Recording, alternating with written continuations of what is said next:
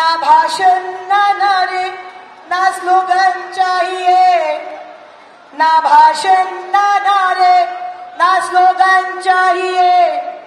हर आदमी को जीने का सम्मान चाहिए, हर आदमी को जीने का सम्मान चाहिए।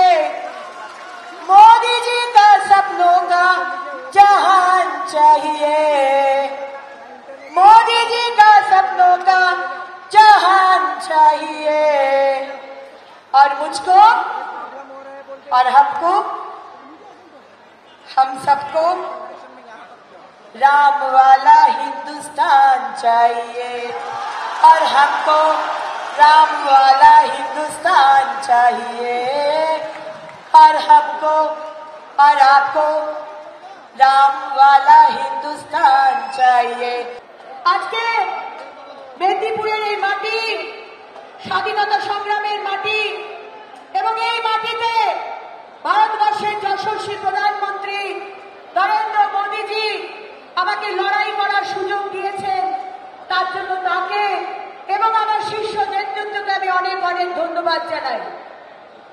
আজকে এই যে লড়াই, এ শুধু মেদিনীপুরবাসীর লড়াই নয়, এ সারা পশ্চিমবঙ্গবাসীর লড়াই।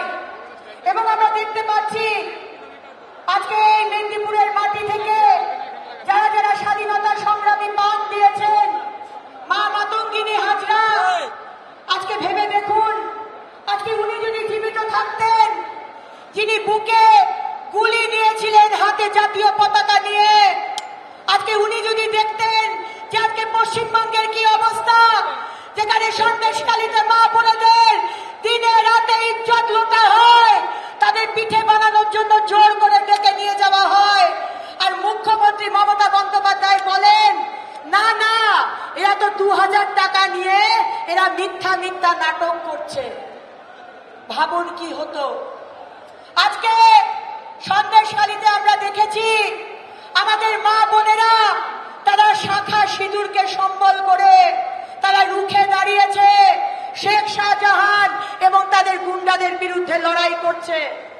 আজকে আমরা দেখতে পাচ্ছি পশ্চিমবঙ্গে চাকরি নেই, আমাদের সমস্ত সন্তানরা পরিযায়ী শ্রমিক হয়ে বাইরে চলে গেছে।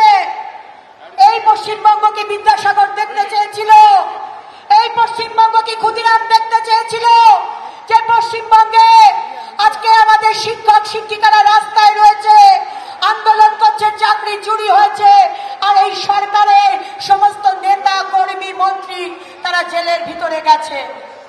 আজকে এই যে লড়াই, আসুন 25 তারিখ আমরা এই লড়াই করি, এবং এই মমতা ব্যানার্জির সনাতনী হিন্দু বিরোধী সরকার, তিনি আজকে রামকৃষ্ণ মিশন, আমাদের ইস্কন, আমাদের ভারত সেবাশ্রমের সম্বন্ধে যা তা বলছে, রুখে দাঁড়ান।